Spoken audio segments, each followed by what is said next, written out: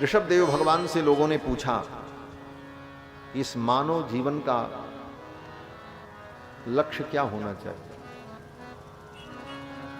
तो ऋषभदेव भगवान कहते हैं कि नायम देहो देह भाजाम नृलोके कष्टान कामान अर्हते विद्भुजाम ये तपो दिव्यम पुत्रकायेन सत्वम शुद्धेद्यस्माद् ब्रह्म सौख्यम त्वनंतम। ऋषभदेव भगवान ने कहा, हे पुत्रों, ये शरीर केवल संसार का भोग भोगने के लिए नहीं मिला। इस शरीर को पाकर के इतना तप कर लो, इतनी साधना कर लो कि उस ब्रह्म सुख को, ब्रह्मानंद को तुम प्राप्त कर लो, इसलिए ये शरीर मिला।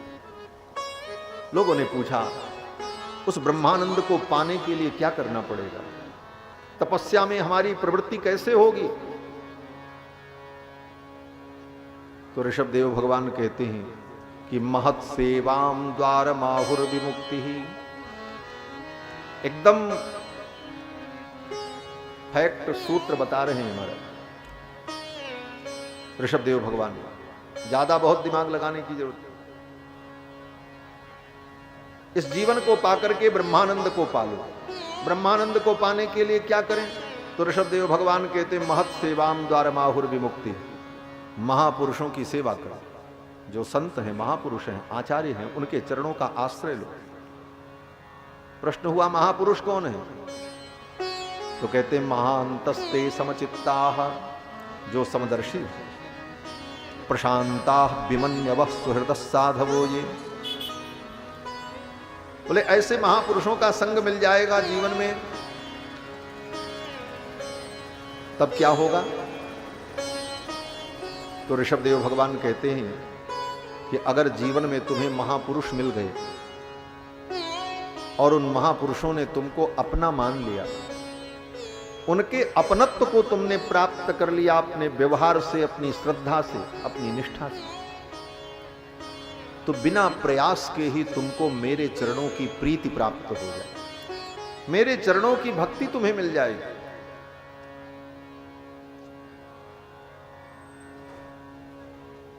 और जब मेरे चरणों की भक्ति मिल जाएगी, तुम्हारा कल्याण होगा। और मेरे चरणों की भक्ति नहीं मिली, बोले कुछ भी कर लो, तुम्हारा कल्याण होने वाला नहीं। प्रीतिर्न यावन्मयि वासुदेवे न मुच्यते देह योगे न तावत। जब तक मुझ वासुदेव में तुम्हारी प्रीति नहीं होगी, तब तक तुम संसार के बंधन से मुक्त नहीं होगे। प्रश्न हुआ, ये बंधन क्या है? अब ऋषभदेव भगवान कहते हैं, देखो बंधन क्या है भी समझ लो। ऋषभदेव भगवान कहते हैं ममता ही बंधन है। एक शब्द में मुक्ति है और एक शब्द में बंधन है। यह शब्द क्या है? गरुड़ पुराण में श्री गरुड़ जी महाराज भी इस बात को कहते हैं। सेम यही बात जो यहां है वो गरुड़ पुराण में है। क्या है? बोले द्वे पदे बंध मोक्षाय। बंधन और मुक्ति के लिए दो पद है। पद माने शब्द। द्वे पदे बंध मोक्षाय। क्या पद है? बोले न ममेति ममेति च। एक पद है न मम और दूसरा पद है मम। ये दो पद, एक बंधन एक मुक्ति। किस प्रकार?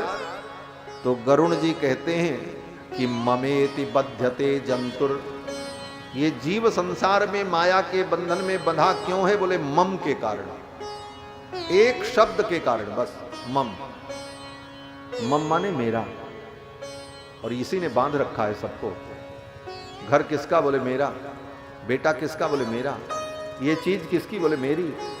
ये मेरा मेरा मेरा, मम मम मम, इस मम ने ही जीव को बांधा। ममेति बध्यते जंतु। और मम का जो भाव है उसी को कहते हैं ममता। मम का जो समूह है उसी का नाम ममता।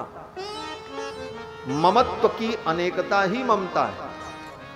जैसे जन की अनेकता जनता। जनता किसे कहते हैं? बोले जना नाम समूह। जनों के समूह को जनता। तो मम का जो भाव है उसी का नाम ममता। ये मम मम मम, इसी से हम बंधे। और मुक्ति क्या है? बोले नामम मेरा नहीं है, नामम। सब कुछ होते हुए भी ये भाव दृढ़ करो हृदय में, नामम मेरा नहीं है। किसका है? बोले भगवान का है, मेरा नहीं। ये शरीर, बोले नामम, ये भी मेरा नहीं है। किसका है? बोले भगवान का। इसी भाव को गोस्वामी जी कहते हैं कि मैं सेवक समेत सुत नारी, संपत्ति सब रघुपति कहे आही। सब संपत्ति भगवान की, सब कुछ भगवान का।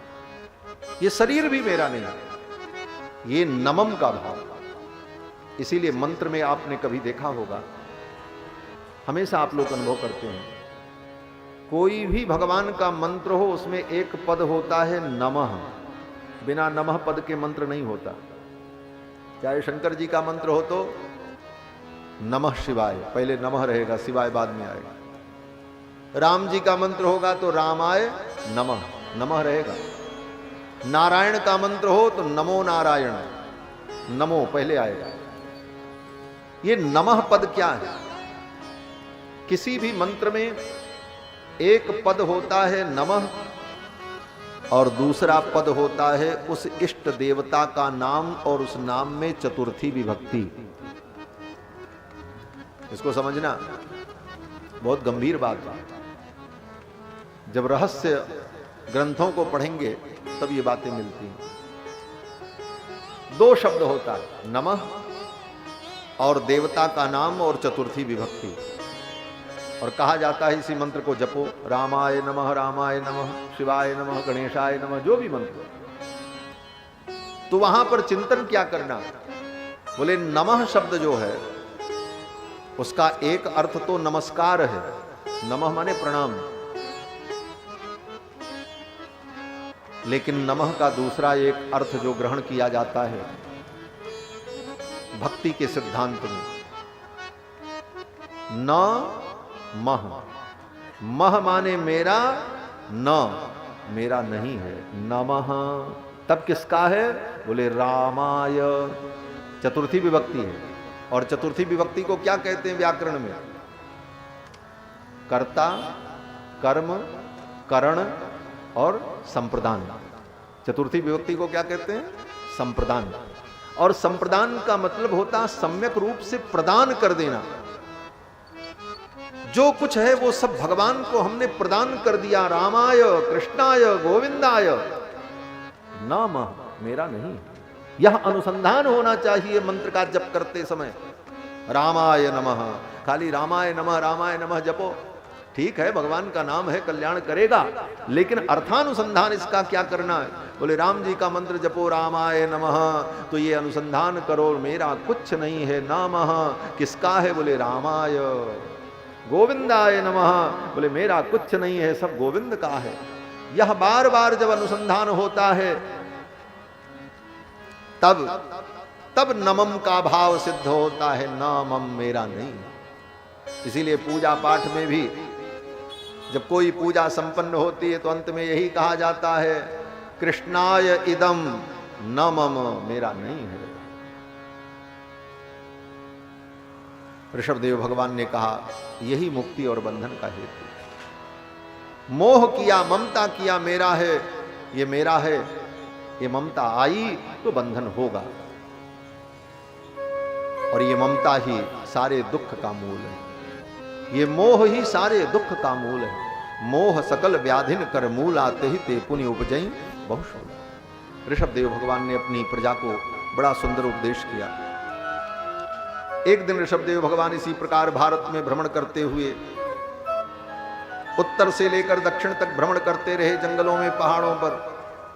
एक दिन जंगल में आग लग गई, और जंगल में आग लगी तो उसी अग्नि में अपने शरीर को उन्होंने त्याग दिया, ऋषभदेव भगवान। अब यहां पर एक बड़ा गंभीर प्रसंग सुखदेव जी कहते हैं कि ऋषभदेव भगवान ने तो परमहंस धर्म का पालन किया, लेकिन आगे चल करके इन्हीं के वंश में सुमति नाम के जो राजा हुए, उन लोगों ने, उनके वंशजों ने ऋषभदेव भगवान की पदवी का अनुवर्तन किया, उनकी नकल की, और नकल करके उन्होंने एक अलग पंथ चलाया केशो लुंचनादीनी कलिना अधर्म बहुले नाप हृत धियो ब्रह्म ब्राह्मण्य यज्ञ पुरुष लोक विदूषका। ऋषभ देव भगवान तो परमहंस थे, लेकिन उनके वंश में उत्पन्न होने वाले सुमति ने इसी को, इसके रहस्य को न समझकर एक अलग पंथ चलाने का प्रयास किया, जिस पंथ में केश लुंचनादि, ये जैन धर्म की ओर संकेत हो रहा है भागवत में। इसीलिए जैन धर्म के लोगों ने ऋषभ देव को अपना आदि पुरुष माना। वेद व्यास जी कहते हैं कि ये लोग क्या करेंगे, बोले कलयुग में कलिना अधर्म बहुलेना, कलयुग आने पर अधर्म की बहुलता होने पर उपहत धियो, जिनकी बुद्धि मारी गई, और परिणाम क्या हुआ, बोले ब्रह्म ब्राह्मण यज्ञ पुरुष विदूषकाः, ब्रह्म परमात्मा और ब्राह्मण और यज्ञ, इनकी निंदा करने वाले ये लोग हो जाएंगे और वैदिक मार्ग से विमुख होकर नास्तिक हो जाएंगे, अनीश्वरवादी हो जाएंगे। इसीलिए जैन सिद्धांत आज भी अनीश्वरवादी है। जैन धर्म ईश्वर को नहीं मानता, वो कहता है ईश्वर नाम की कोई चीज नहीं। आगे कथा आती है, इन्हीं के पुत्र महात्मा भरत हुए, जिनके नाम पर इस देश का नाम भारतवर्ष पड़ा। वो महात्मा जो भरत थे, उन्होंने भी अपने पिता के पद चिन्हों पर चलकर प्रजा का पालन किया और समय आने पर अपना राज्य छोड़कर जंगल में तप करने गए। और जंगल में एक हिरण के बच्चे को ला करके पाल लिया। कल कथा मैंने कही थी, इस बात की चर्चा हुई। उसकी मां मर गई थी, उस बच्चे का पालन पोषण किया। उस हिरण के बच्चे में मोह हो गया कि ये मेरा है। अपने पिता के उस उपदेश को भूल गए भरत जी। इनके पिता ने उपदेश किया था ममता ही बंधन है, और उस हिरण के बच्चे में ममता हो गई, ये मेरा है। और इतनी ममता कि कहीं जब जाएं तो उसको साथ लेकर के जाए, कंदमूल फल लेने जाना हो तो उसको साथ लेकर के जाए, अगर वो कहीं घास चरने लग जाए तो रुक जाएं, उसकी प्रतीक्षा कर। इतना मोह था। रास्ते में कोई नदी नाला पड़े तो ऋषभ देव भगवान, वो भरत जी सोचते छोटा बच्चा है कैसे पार करेगा, उसको अपने कंधे पर बैठा लेते, जैसे बाप अपने बेटे को बैठा। इतना मोह हो गया और उसका परिणाम, बोले वो हिरण एक दिन बड़ा हुआ, जंगल में कहीं चला गया, उसी को याद कर रहे थे, कहां गया कहां गया, क्या खाया होगा, कैसे होगा। मृत्यु आ गई, मृत्यु बता के नहीं आती। हिरण का स्मरण करते हुए मरे तो अगले जन्म में उनको हिरण बनना हो। इतने बड़े तपस्वी थे महात्मा भरत, और हिरण बनना हो। फिर हिरण की जोनी से उनको मुक्ति मिली तो पुनः मानव जीवन मिला। अंगिरा गोत्र के एक ब्राह्मण के कुल में उत्पन्न हुए और फिर बड़े सावधान रहे। फिर तो इनका नाम जड़ भरत हुआ, और जड़ भरत के रूप में जब ये मानव के रूप में प्रकट हुए तो बड़े ही सावधान, कहीं किसी से कुछ कहना नहीं, सुनना नहीं, जो मिल जाए खा लें, कहीं भी पड़े रहें, परमहंस। कहीं किसी में आसक्ति नहीं, अपने शरीर में भी आसक्ति नहीं। एक दिन भाई ने, परिवार के लोगों ने इनको निकाल दिया। घूमते हुए जा रहे थे, जंगल में कोई डाकू मिला। डाकू देवी की पूजा कर रहा था, किसी पुरुष की बलि चढ़ानी थी। डाकू ने पकड़ लिया और ले जाकर के मंदिर में खड़ा करके पूजा वूजा किया और फिर तलवार उठाई, बलि चढ़ाने चला। तब तक सामने जो देवी की प्रतिमा थी वो फट गई। सहसा उच्चाट भद्रकाली, भगवती भद्रकाली प्रकट हो गई और भद्रकाली ने उस डाकू को मार दिया। जड़ भरत जी भगवान का स्मरण करते हुए वहां से आगे चले। विचार करो, वो डाकू तो देवी को प्रसन्न करने के लिए बलि चढ़ा रहा है और कई दिनों से पूजा कर रहा है, तो देवी को तो उस डाकू पर प्रसन्न होना चाहिए, लेकिन डाकू पर प्रसन्न न हो करके भरत जी पर प्रसन्न हो गए, जबकि भरत जी ने तो कोई पूजा भी नहीं की। क्यों प्रसन्न हो गई? क्योंकि भरत जी भगवान का भजन कर रहे, भगवत भक्त। जो भगवान का भक्त होगा उस पर सबकी कृपा होती है। जा पर कृपा राम के होई, ता पर कृपा करे सब। आप भगवान की भक्ति में लगे हो, सारे देवता आप पर प्रसन्न रहेंगे, कोई अप्रसन्न नहीं। और अगर कोई अप्रसन्न हो भी तो कुछ बिगाड़ भी नहीं सकता, मैं कहता हूं। और सारे देवता आपके ऊपर प्रसन्न हो जाएं, लेकिन भगवान अगर प्रसन्न नहीं है तो सारे देवता मिलकर के भी आपकी रक्षा नहीं कर सकते। यही तो हनुमान जी ने कहा है लंका में। हनुमान जी जब लंका में पहुंचे तो रावण से कहा, रावण अभी समय है, सावधान हो जाओ, राम जी की शरण में आ जाओ, नहीं तो बचोगे नहीं।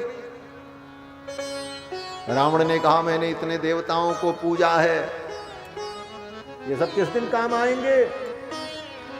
तो हनुमान जी ने कहा, सुन लो, इंद्रो महेंद्रो सुरनायको वा, इंद्र महेंद्र सुरनायक आ जाएं,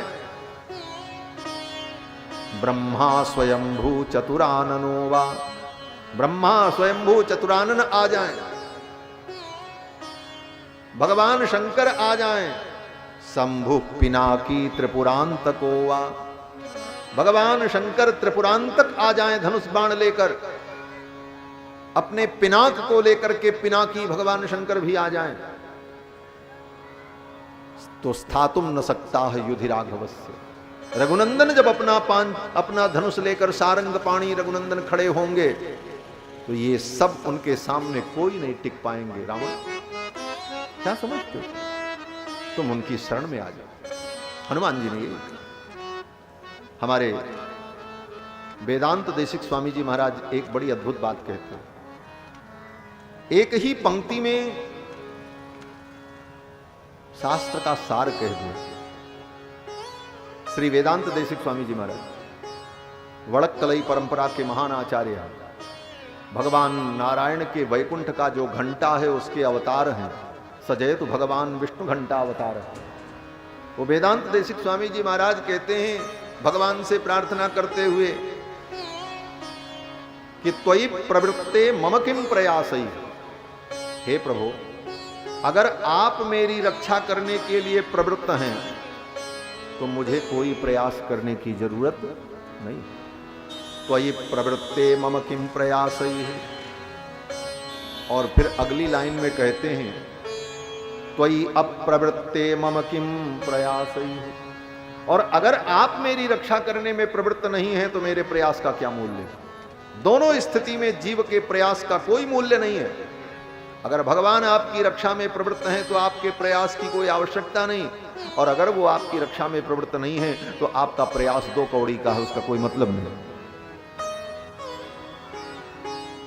त्वयि अप्रवृत्ते किम मम प्रयास। तो भरत जी तो भगवान के भक्त, इसलिए भगवती भी उनके ऊपर प्रसन्न हो। इसके बाद भरत जी वहां से चल पड़े। सिंधु सोबीर देश का राजा मिल गया इनको, पालकी ढुलवाया इनसे, बहुत डांटा। जब बहुत डांटा तो भरत जी महाराज बोल पड़े। ऐसे तो किसी को कुछ बोलते नहीं थे भरत जी, लेकिन आज बोल पड़े। इसलिए बोल पड़े कि भरत जी ने सोचा कि वो राजा वो डाकू मुझे मारना चाहता था, मैं कुछ बोला नहीं इसलिए देवी ने उसको मार दिया, और ये राजा भी मुझे गालियां दे रहा है, अपशब्द कह रहा है, डांट रहा है। अगर मैं कुछ नहीं बोलूंगा तो कहीं इसके ऊपर भी देवता का कोप न हो जाए, बेचारा मर न जाए। इसलिए दया के परवश होकर के भरत जी बोल पड़े, राजन तुम मुझे मोटा मोटा कह रहे हो, तुम मुझे ऐसा कह रहे हो, ये सब धर्म तो शरीर का है, आत्मा का नहीं है। राजा रहुगण आश्चर्यचकित हो गया। तब तक उसकी दृष्टि कंधे पर पड़े यज्ञोपवीत पर गई। राजा रहुगण ने कहा, कस्तम निगूढ़श्चरसित द्विजानाम बिभर्ष सूत्रम कथमोवधूतः। हे अवधूत, आप कौन हो? आपके कंधे पर यज्ञोपवीत है, लगता है आप ब्राह्मण हो। फिर तो राजा ने बड़ी विनम्रता से पूछा। तो जड़भरत जी ने राजा को तत्व का उपदेश किया है। ये सब कथा सुखदेव जी ने राजा परीक्षित को सुनाई। फिर आगे 7 द्वीप वाली इस पृथ्वी का वर्णन, उसमें जम्बूद्वीप के अनेक वर्षों का वर्णन, और इन्हीं वर्षों के वर्णन के क्रम में सुखदेव जी ने राजा परीक्षित को नरक का वर्णन करके सुनाया। 21 प्रकार के नरक का वर्णन करके सुनाया, कौन सा पाप करने पर कौन से नरक की प्राप्ति होती। राजा परीक्षित डर गए, पाप तो सबने किया, इस नरक से बचने का उपाय क्या। तो सुखदेव जी ने कहा, राजन, केवल भगवान की भक्ति से जीव के जन्म जन्मांतर के पाप नष्ट हो जाते हैं। केचित केवलया भक्त्या वासुदेव परायणाः अघम धुन्वन्ति कार्ष्णेन निहारमिव भास्कर। राजा परीक्षित ने कहा, केवल भगवान की भक्ति से जन्म जन्मांतर के पाप नष्ट हो जाएंगे। सुखदेव जी ने कहा हाँ। तो सुखदेव जी ने एक उदाहरण दिया, अजामिल की कथा सुनाई। वो कथा आपको मालूम है, अजामिल पापी था, जीवन भर अजामिल ने सारे पाप कर्म किए, ब्राह्मण था, लेकिन एक वेश्या के संसर्ग में आकर के पतित हो गया, सारे पाप कर्म करने लगे। लेकिन अपने बेटे का नाम उसने नारायण रखा। जब यमराज के दूत उसे लेने आए तो भयभीत होकर उसने अपने बेटे को पुकारा, नारायण बचाओ। इतना कहते ही भगवान के सेवक आ गए, यमराज के दूतों को डांट करके भगा दिया, अजामिल को बचा लिया। इस दृश्य को अजामिल ने बिस्तर पर पड़े पड़े देखा। अजामिल को सद्बुद्धि आ गई, मैंने अपने बेटे नारायण को बुलाया, भगवान के दूत आ गए, अगर मैं प्रेम से भगवान का नाम लेता तो भगवान की मेरे ऊपर कितनी कृपा हुई। उसी दिन उसने अपने सारे पाप कर्म छोड़ दिए और जीवन में जो शेष समय बचा था, पूरा जीवन तो पाप ही किया था, जो शेष समय बचा था उस समय में उसने भगवान की भक्ति की, भजन किया। हरिद्वार में जाकर गंगा के तट पर उसने खूब भजन किया, खूब भगवान के नाम का जप किया, और इसी जीवन में सारे पाप से मुक्त होकर के वो वैकुंठ का अधिकारी हुआ। और उधर जमराज के दूत जब जमराज के पास गए तो जमराज ने जब सुना तो जमराज ने अपने दूतों से कहा, देखो आज नोट कर लो, एक नियम बना लो। बोले क्या नियम? जमराज ने अपने दूतों से कहा कि यहां पर उन्हीं प्राणियों को लेकर के आना मेरी जमपुरी में। किन प्राणियों को? बोले जो भगवान का नाम न लेते हो, जो भगवान की कथा न सुनते हो, जो भगवान के चरणों में प्रणाम न करते हो, उनको पकड़ के ले आना। और जो भगवान की कथा सुनते हो, जो भगवान का नाम लेते हो, जो भगवान के चरणों में प्रणाम करते हो, उनको यहां कदापि मत लाना। यही जमराज ने कहा अपने दूतों से। जिह्वान वक्त्र भगवत गुण नाम धेयम चेतश्च न स्मरति तच्चरणारविंदम कृष्णाय नो नमति यच्छिर एकदापि तानानयध्वमसतो कृत विष्णु कृत्यान। जमराज ने यही कहा, उन प्राणियों को लाना जिसका सिर कभी गोविंद के चरणों में झुकता न हो, जिसकी जिह्वा कभी भगवान का नाम न लेती हो। उसकी जीभ कैसी है? बोले दादुर के समान है, जिसकी जीभ कभी भगवान का नाम न ले। दादुर माने मेढक, जैसे मेढक टर टर करता ऐसे जीवन भर टर टर करो। जीव तो भगवान ने मेढक को भी दिया, लेकिन मानव की जिह्वा का फल तो यही है कि वह भगवान का नाम ले। और भगवान के नाम की बड़ी महिमा है। भाव से कुभाव से कैसे भी भगवान का नाम लो तो भगवान का नाम जीव का कल्याण करता है। भाई कुभाए अनक आलस हो, भाई कुभाए अनक आलस हो। नाम जपत मंगल दिसि दसहु, नाम जपत मंगल दिसि दसहु। भाई कुभाए अनक आलस हो, भाई कुभाए अनक आलस हो।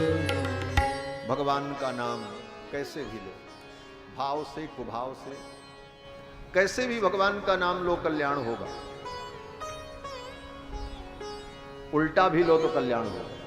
हाँ, दुनिया में कोई मंत्र उल्टा पढ़ो तो फल भी उल्टा हो जाता है।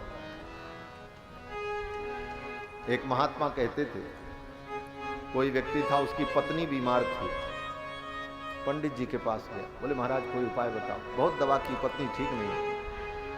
तो पंडित जी देवी के भक्त थे, दुर्गा सप्तशती का रोज पाठ करते। तो पंडित जी ने दुर्गा कवच जो है उस कवच का मंत्र बता दिया। बोले जाओ, जा करके इसका जप करो, भार्याम रक्षतु भैरवी, हे भैरवी तू मेरे भार्या की रक्षा कर। वो बेचारा सुन करके आया, लेकिन रास्ते में आते आते भूल गया, कंफ्यूज हो गया।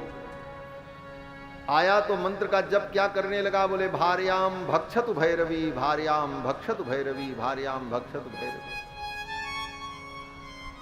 9 दिन बीता, पत्नी का राम नाम सत्य हो गया।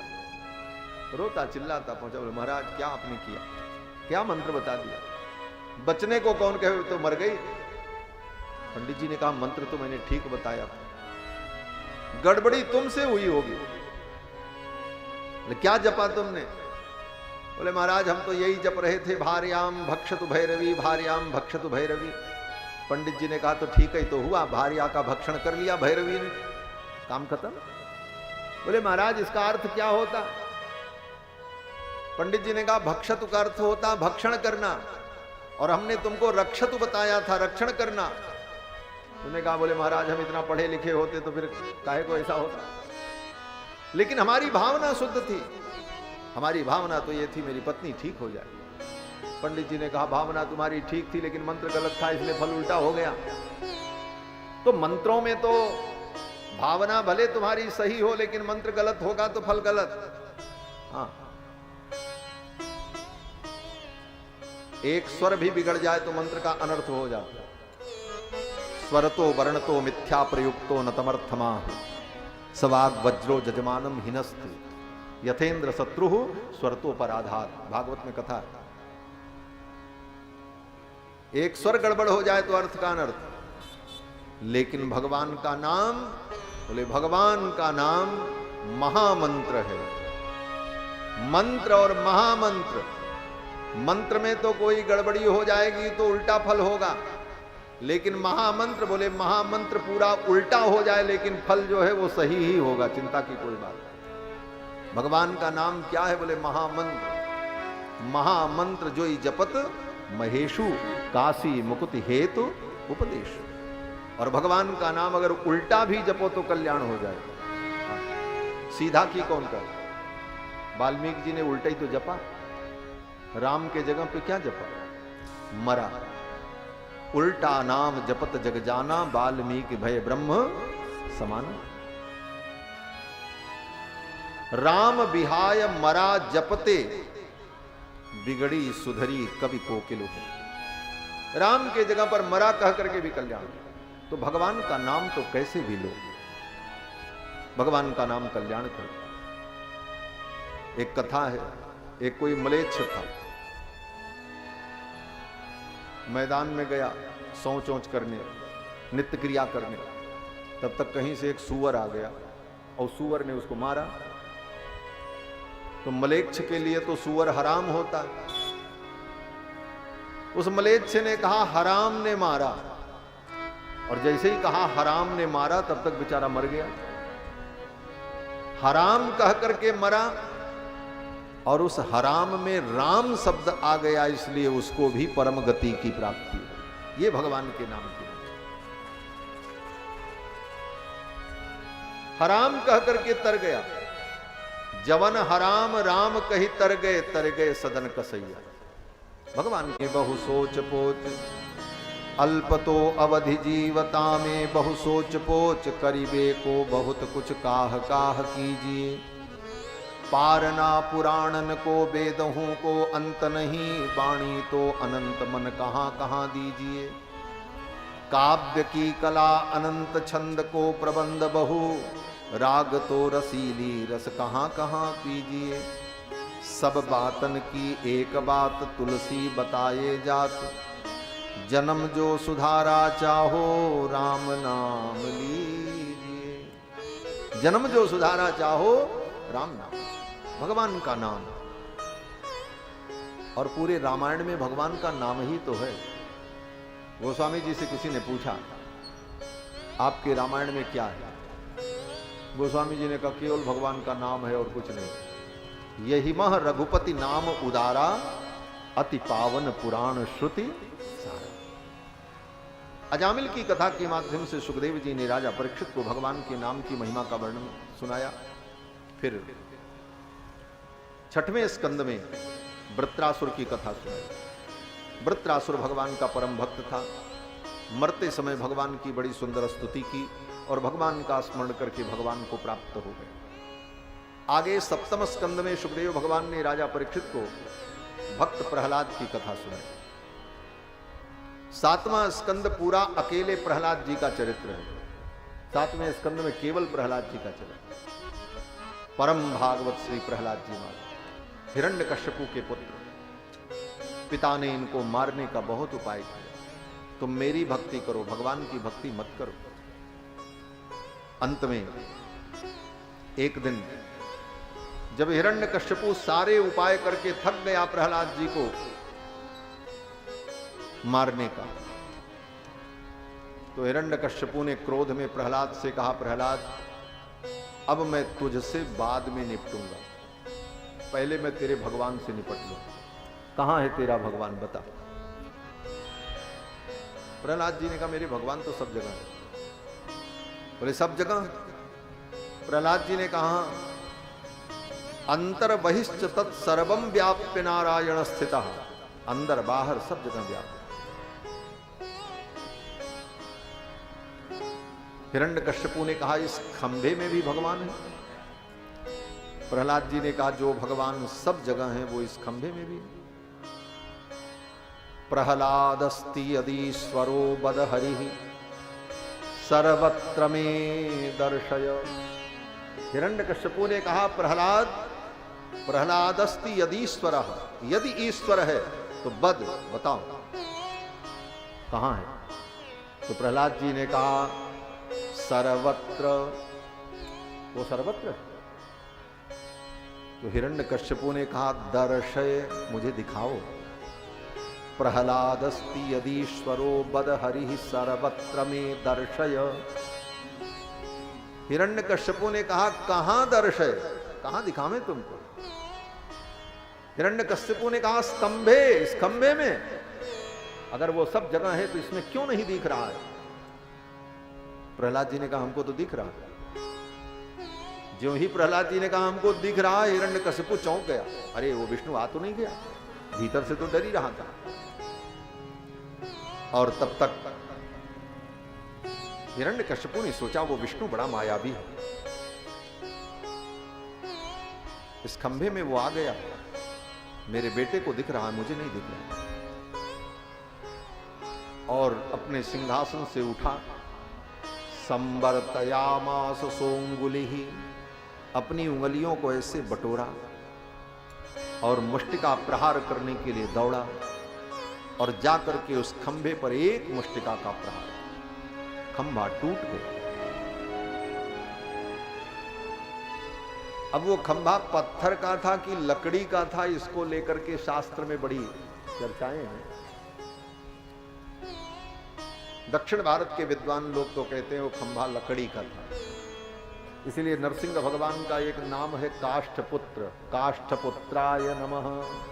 नरसिंह भगवान के नाम में काष्ठपुत्र क्यों? बोले काष्ठ के खंभे से प्रकट हुए। लेकिन हमारे उत्तर भारत में, हमारे यहां भक्तों की मान्यता है कि वो खंभा पत्थर का। गोस्वामी जी महाराज कहते हैं कि आज भी भगवान पत्थर में बसते हैं, लेकिन प्रहलाद जैसा कोई भक्त तो हो प्रकट करने वाला। और जब से प्रहलाद ने खंभे से भगवान को प्रकट कर दिया, उसी समय से लोग पत्थर में भगवान को पूजने लगे, पत्थर की पूजा करने। लेकिन चाहे पत्थर हो चाहे लकड़ी हो, इससे हमको कोई लेना देना नहीं, हमको तो भगवान से लेना देना। भगवान प्रकट हो गए। हिरण्यकश्यपु ने ज्यों ही एक मुष्टिका का प्रहार किया, खंभा तड़तड़ तड़तड़ करके टूट गया और भयंकर गर्जना हुई। खंभे के अंदर से नरसिंह भगवान का प्राकट्य हो गया। बोलो श्री लक्ष्मी नरसिंह भगवान की जय। गर्जना करते हुए नरसिंह भगवान प्रकट हुए। यस्तंभात गर्जमानो गगड गड गडाद बालचंद्राद दृष्टो व्योमा भूत पाट्यमान पपट पट पटस्ताड्यमान सटाभि दष्ट्राग्रे काट्यमान ककट कट कटस्तूयमान सुरेन्द्रैः निष्क्रांतो हास्ययुक्तः गह गह गहन पातु मां नारसिंह। गर्जना करते हुए नरसिंह भगवान खंभे से प्रकट हो गए। गगड गडगडान्यो खंभ फाट्यो चरचराय मानो निक्स्यो नरनाहर को रूप अति भयानो। नरसिंह भगवान जब प्रकट हुए हिरण्यकश्यपु ने देखा महाराज कराल दृष्टम कलवाल चंचल छुरांत जिह्वम भ्रकुटी मुखोलबणम। जीव तलवार के समान लाप लाप कर रही थी। स्तब्धोर्धकर्णम दोनों कान ऐसे खड़े हैं नरसिंह भगवान। आंखें धधकती हुई अंगार के समान, जटाएं बिखरी हुई, बड़े भयानक नख, विशालकाय शरीर।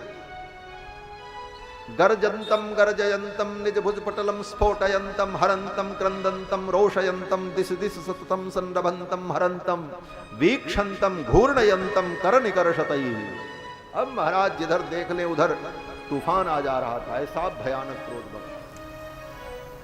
सारे देवता थर थर कांप रहे थे इस दृश्य को देख।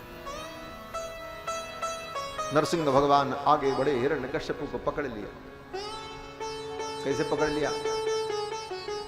अरे हिरण्यकश्यपु इतना विशालकाय असुर था, उसको पकड़ना इतना सरल था? अरे बोले भगवान के लिए क्या विशाल है भाई। ऐसे तो हिरण्यकश्यपु बहुत विशाल था महाराज।